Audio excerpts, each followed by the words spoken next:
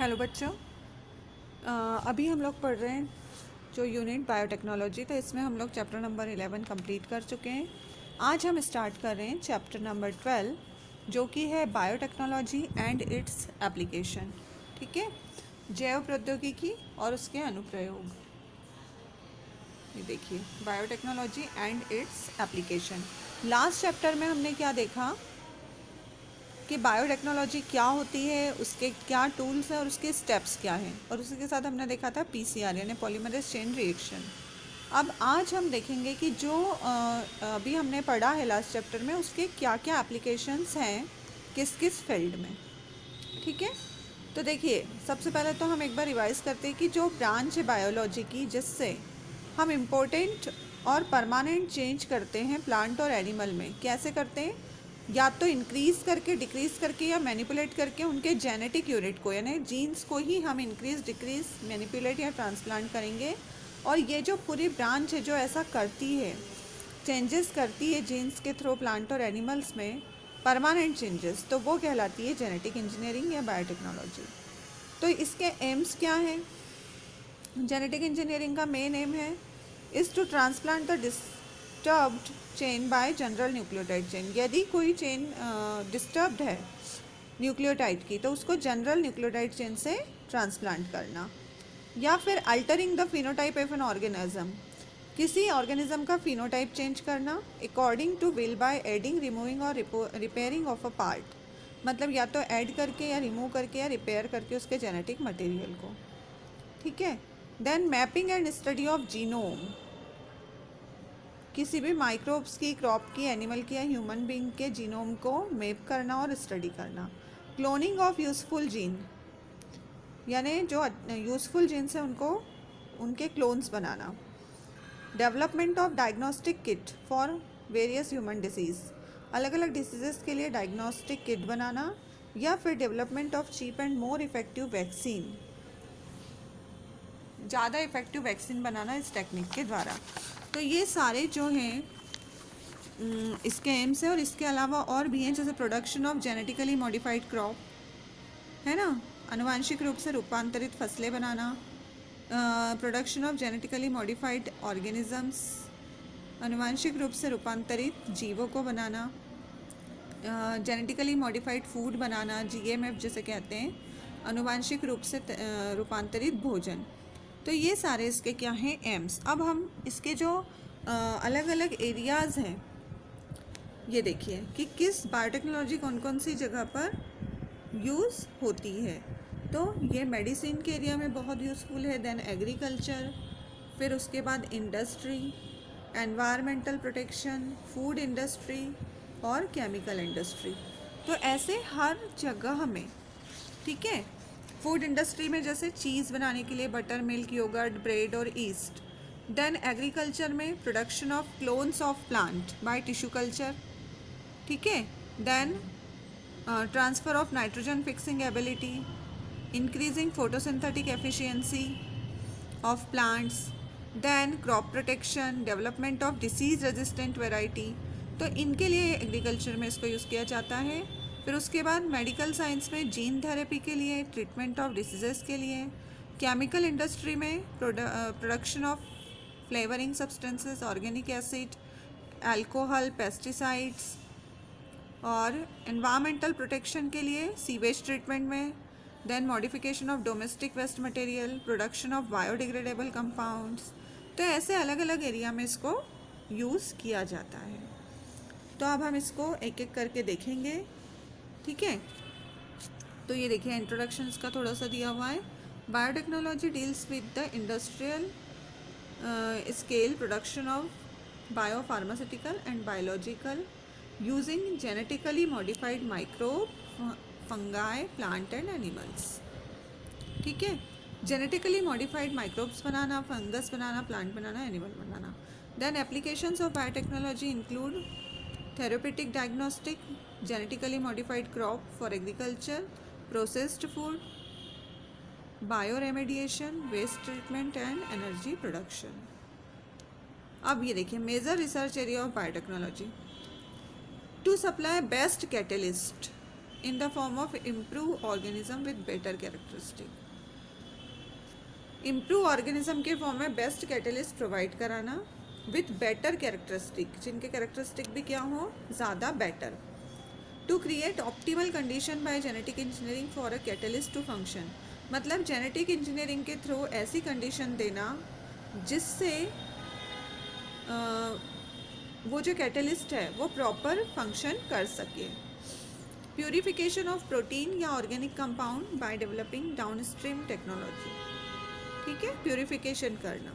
तो ये इसके मेजर रिसर्च एरियाज़ हैं. अब सबसे पहला जो एप्लीकेशन है वो हम देख रहे हैं बायोटेक्नोलॉजी का एप्लीकेशन इन एग्रीकल्चर. ठीक है, खेती में बायोटेक्नोलॉजी या जैव प्रौद्योगिकी का क्या योगदान है वो हम पहले देखेंगे, और इसके बाद मेडिसिन के एरिया में भी देखना है हमको, और फिर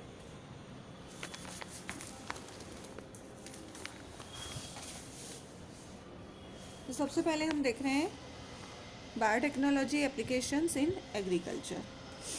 ठीक है, तो अब देखिए इसमें क्या करेंगे, फूड प्रोडक्शन बढ़ाने के लिए.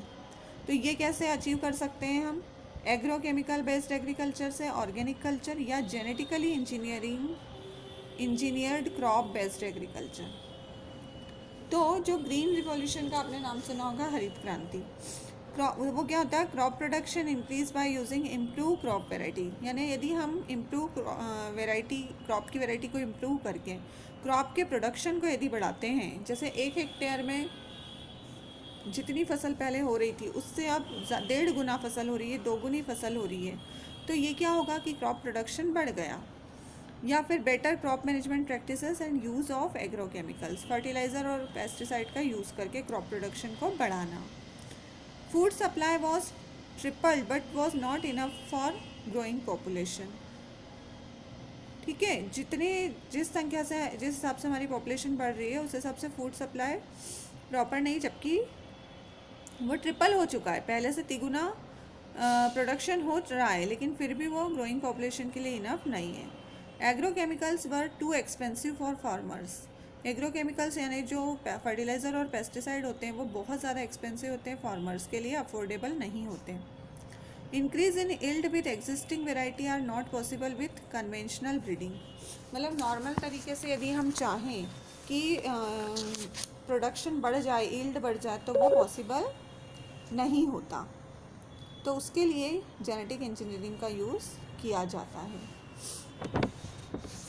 ये देखिए, introduction of genetically modified crop was an alternative to obtain maximum yield by understanding genetics of the crop. यदि हम क्रॉप का जेनेटिक्स समझ लें और हम जेनेटिकली मॉडिफाइड क्रॉप को वहाँ पर लगाएं, तो उससे हम मैक्सिमम यील्ड प्राप्त कर सकते हैं, यानी जितनी अधिक से अधिक पैदावार वहाँ पर कर सकते हैं. तो कुछ जो यूज़फुल एस्पेक्ट हैं जेनेटिकली मॉडिफाइड प्लांट, जीएम यानी जेनेटिकली मॉडिफाइड, आनुवांशिक रूप से रूपांतरित पौधों के एग्रीकल्चर में क्या एस्पेक्ट हैं वो देख रहे हैं हम. Improvement in nutritional quality. देखिए सबसे पहले तो ये होता है कि तो देखिए न्यूट्रिशनल क्वालिटी कैसे इम्प्रूव होगी कि यदि हम उसमें कोई ऐसा जीन इंट्रोड्यूस कराएं क्रॉप में कि जो कि ज़्यादा न्यूट्रिशियस हो, जैसे विटामिन ए बढ़ाने के लिए, है ना, जो कि एक गोल्डन राइस में किया हुआ है कि जो गोल्डन राइस होते हैं उनको और ज़्यादा विटामिन ए अब उसमें हमको मिलता है. तो वो ये इसी टेक्निक से किया हुआ है, बायोटेक्नोलॉजी मेथड से.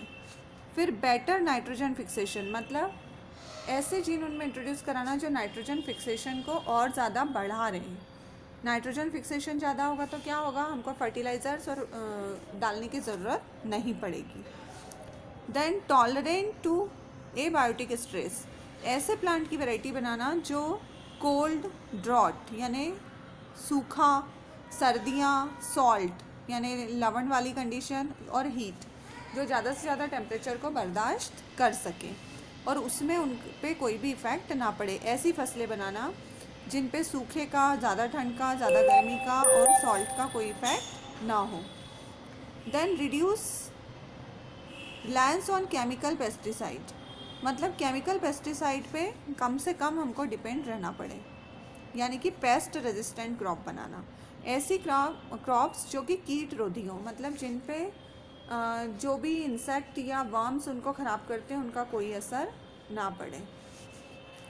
रिड्यूस पोस्ट हार्वेस्ट लॉसेस, मतलब कटाई के बाद भी फसलें जो ख़राब होती हैं वो ना हो। Increase efficiency of mineral uses by plant, यानी प्लांट खुद से ही मिनरल के यूजेस की एफिशिएंसी को बढ़ा ले, जिससे कि prevent exhaustion of fertility of soil. क्यों है ये कि फर्टिलिटी ऑफ सॉइल को बचे, फर्टिलिटी ऑफ सॉइल जो है वो एग्जॉस्ट ना हो। Production of disease resistant crop, देखिए एक तो हमने देखा पेस्ट रेजिस्टेंट कि जो पेस्ट के खिलाफ, पेस्ट का उन पर कोई असर ना हो, और दूसरा है डिसीज़ रेजिस्टेंस, मतलब उनमें डिसीजेस ना हो। Micro propagation for biomass energy production, तो ये सारे जो हैं एग्रीकल्चर में, इन सब चीज़ों के लिए बायोटेक्नोलॉजी का यूज़ किया जाता है एग्रीकल्चर में।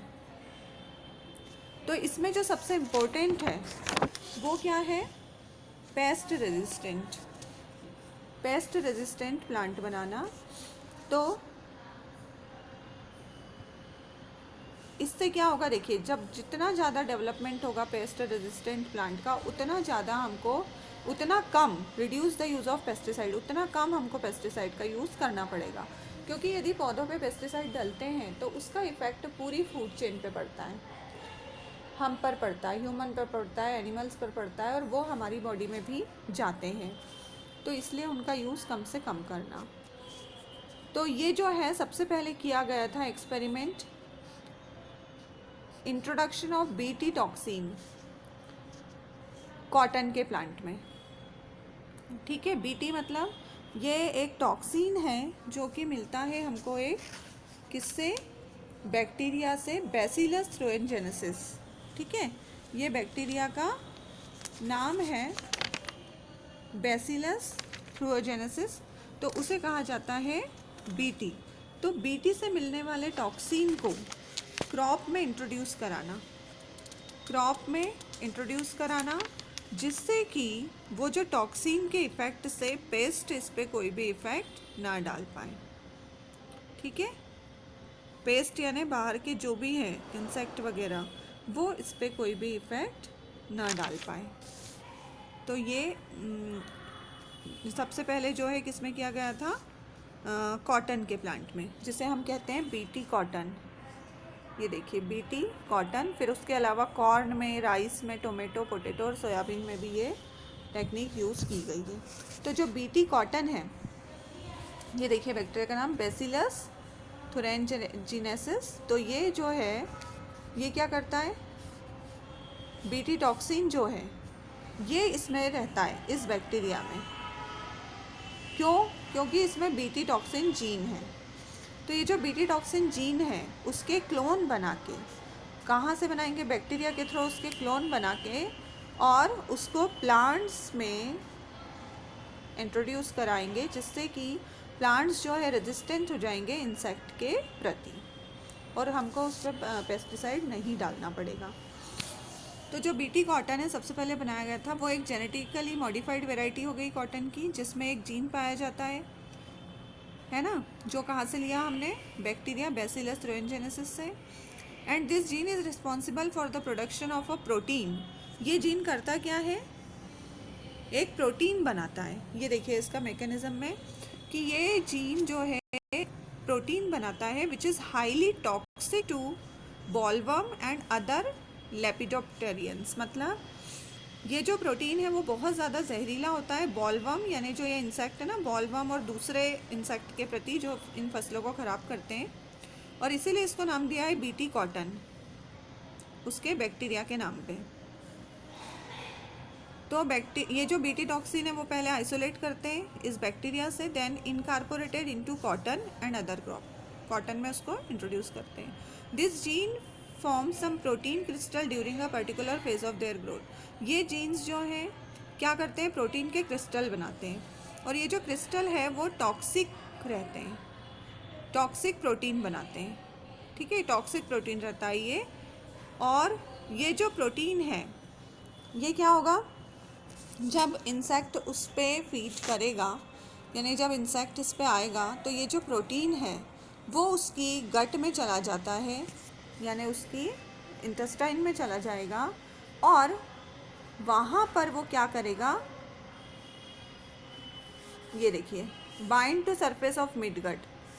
मिड गट की एपिथेलियल सेल से वो बाइंड हो जाता है और उसमें पोर कर देता है ना, उसमें छेद कर देगा उसकी इंटेस्टाइन में, जिससे कि क्या होगा, स्वेलिंग एंड लाइसिस, उसकी बाकी की जो सेल्स हैं उनमें स्वेलिंग आ जाती है और वो फट जाती हैं, और जिसके कारण इंसेक्ट की डेथ हो जाती है। तो ये बीटी टॉक्सिन का पूरा मैकेनिज्म है। आ रहा है समझ में आपको? ठीक है। ये जो बीटी टॉक्सिन का जीन है वो प्रोटीन के क्रिस्टल बनाता है एक पर्टिकुलर फेस पे, जिसे कहते हैं इंसेक्टिसाइडल प्रोटीन। और ये जो प्रोटीन है ये क्रिस्टल के फॉर्म में होगा और बहुत ही ज़्यादा टॉक्सिक होता है। और क्या होगा, जब इंसेक्ट इस पे आएगा तो ये जो क्रिस्टल है ये सॉल्युबलाइज हो जाते हैं, क्योंकि उसकी जो गट में पीएच है वो अल्कलाइन होता है। ठीक है। और ये जो फिर ये जो पूरा सॉल्यूशन है वो मिक्सअप हो जाएगा, बाइंड हो जाता है उसके एपिथेलियल सेल से, और उसमें पोर्स कर देगा, छेद कर देगा, जिससे उसकी बाकी के सेल्स स्वेलअप हो जाएगी और फट जाती है, जिससे इंसेक्ट की डेथ हो जाएगी। ठीक है। तो इस प्रोटीन को कहा जाता है क्राई प्रोटीन। ठीक। ये जो पूरा टॉक्सिन है ना, ये कोडेड होता है जीन क्राई से, तो इसलिए उसको क्या बोला है, क्राई प्रोटीन। तो ऐसे ये पूरा वर्क करता है। ठीक है। ये देखिए, ये बीटी बीटी जो है इन एक्टिव फॉर्म में यदि स्प्रे करते हैं हम किसी क्रॉप पे, तो क्या होगा, ईटन बाय इंसेक्ट, इंसेक्ट उस फसल को खाएंगे, toxin get activated by alkaline pH of insect gut, swelling of gut of insect and death of insect. ये देखिए, ये ऐसे उसकी डेथ हो जाएगी। ठीक है। ये बीटी जीन को इसमें इंट्रोड्यूस कराया, ये इंसेक्ट इस पे आया, उसने इसको खाया और उसकी डेथ हो गई। तो ऐसे ये पूरा चलेगा। तो ये तो हुआ कौन सा, एक टेक्निक ये हो गई, BT toxin is not toxic to all pest और pest become resistance against BT toxin. अब देखिए इसका क्या है कि बीटी टॉक्सिन तो चलो कॉटन, राइस और कॉर्न में हमने डाल दिया, लेकिन ये हर पेस्ट पे इफ़ेक्टिव नहीं है। मतलब दूसरे जो वर्म्स हैं, दूसरे जो इंसेक्ट हैं, उन पे ये टॉक्सिक इफ़ेक्ट नहीं डालता, या कुछ ऐसे भी इंसेक्ट होते हैं जो इसके प्रति क्या है, रेजिस्टेंट, तो उन पे ये इफ़ेक्ट नहीं डालता। तो फिर इसके लिए एक दूसरी टेक्निक यूज़ की जाती है, वो क्या है, आरएनए इंटरफेरेंस, RNAi, इसे कहा जाता है RNAi। ठीक है।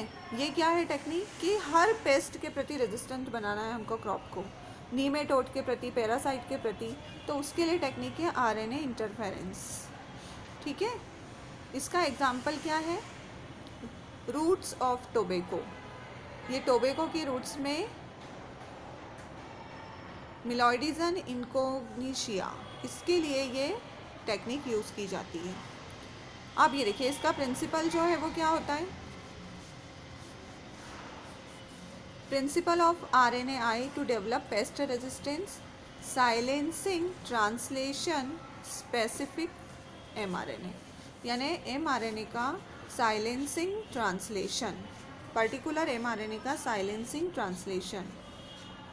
तो ये जो है ये किसकी हेल्प से किया जाता है, सेल डिफेंस। ये देखिए, RNAi takes place in all eukaryotic organism as a method of cell defence. Silencing of specific mRNA due to complementary dsRNA, ये भी क्या होता है, dsRNA, a type of RNA molecule to enhance और inhibit translation of mRNA। ये क्या करता है, ट्रांसलेशन ऑफ mRNA को रोकता है या तो बढ़ाता है। तो ये बाइंड होगा mRNA से और रोकेगा ट्रांसलेशन को। अब ये जो सोर्स है dsRNA का, वो क्या है, वायरस RNA या ट्रांसपोजन्स, ये क्या होते हैं? Genetic element which replicate by an RNA intermediate. Transposons क्या है? जेनेटिक एलिमेंट है जो कि रेप्लिकेट होंगे काय से? डीएनए आरएनए इंटरमीडिएट से। तो ये भी एक टेक्निक है पेस्ट रेजिस्टेंट प्लांट बनाने की। अब देखिए इसकी पूरी मेथड कैसे करेंगे। तो इसके लिए वेक्टर यूज़ किया जाता है जो कि है Agrobacterium, genetically engineer to introduce nematode specific gene. इसमें नीमेटोड स्पेसिफिक जीन को इंट्रोड्यूस कराया है और ये वेक्टर है कौन? Agrobacterium. Nematode specific gene introduce into host plant. अब इसके बाद ये जो जीन बना उसको कहाँ डालेंगे? होस्ट प्लांट में। और ये होस्ट प्लांट यानी ट्रांसजेनिक प्लांट, ठीक है। फिर DNA introduce will produce both sense and antisense RNA in host. अब ये जो हम डीएनए को इंट्रोड्यूस कराते हैं तो ये दोनों बना लेता है, sense and antisense RNA host में। फिर since sense and antisense RNA are complementary to each other, double stranded RNA initiate RNAi. ये दोनों जो है एक दूसरे को कॉम्प्लीमेंट करते हैं और उसके कारण डबल स्ट्रैंडेड आरएनए जो है वो क्या करेगा? आरएनएआई यानी आरएनए इंटरफेरेंस प्रोसेस को इनिशिएट करेगा। Then nematode infest the plant, introduction of nematode genome takes place and presence of dsRNA, silence specific mRNA of nematode, initiation of RNAi. ये ऐसे पूरी स्टेप जो है वो चलेंगी। Parasite will not able to survive in host which express interfering RNA. अब यहाँ पर यदि वो नेमेटोड आता है, पैरासाइट आता है, तो वहाँ पर वो सर्वाइव नहीं कर पाएगा। क्यों? क्योंकि यहाँ पर ये इंटरफेरिंग आरएनए है, ठीक है। तो ऐसे जो प्लांट है उन्हें हम क्या कहते हैं? ट्रांसजेनिक प्लांट, ठीक है। रेजिस्टेंट फ्रॉम पैरासाइट, जो कि पैरासाइट या पेस्ट से रेजिस्टेंट हैं, उन्हें क्या कहा जाता है? Transgenic plant. तो ऐसे हम पेस्ट रेजिस्टेंट प्लांट जो है वो वैरायटी उनकी दो मेथड से बना सकते हैं। एक तो बायोटेक्नोलॉजी नॉर्मल बीटी वाली और दूसरा आरएनए इंटरफेरेंस मेथड। तो ये आज हमने क्या देखा? एग्रीकल्चर में पूरा कि कैसे यूज़ हो रहा है किसका? बायोटेक्नोलॉजी का, ठीक है। इसके अलावा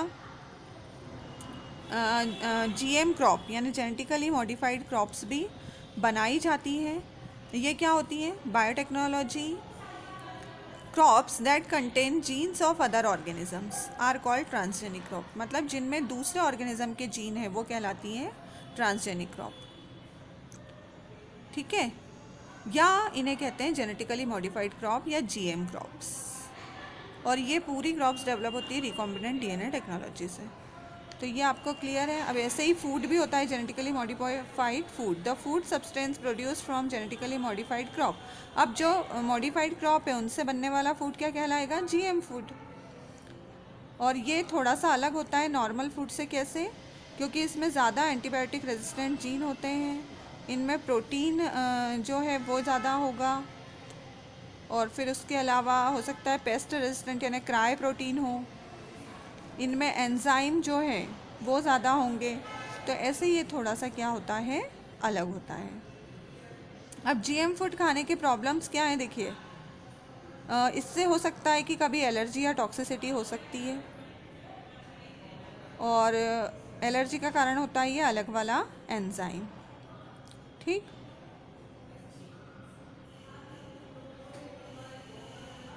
और फिर इनमें जो ये होता है हमारी एलिमेंट्री कैनाल में जो बैक्टीरिया होता है वो हो सकता है कि इस एंटीबायोटिक के प्रति, जो एंटीबायोटिक हमको इस जीएम फूड से मिल रहा है, तो जब हम एक्चुअल में एंटीबायोटिक खाएं तो उसके प्रति हमारी जो गट के बैक्टीरिया हैं वो क्या हो जाए? रेजिस्टेंट। तो ये थोड़ी सी प्रॉब्लम है जीएम फूड खाने में। अब देखिए बीटी वेजिटेबल्स भी होती हैं बहुत सारी, जैसे कि बीटी कॉटन है वैसे ही बीटी वेजिटेबल, टोमेटो है, पोटैटो है। फिर एक है फ्लेवर सेवर टोमेटो।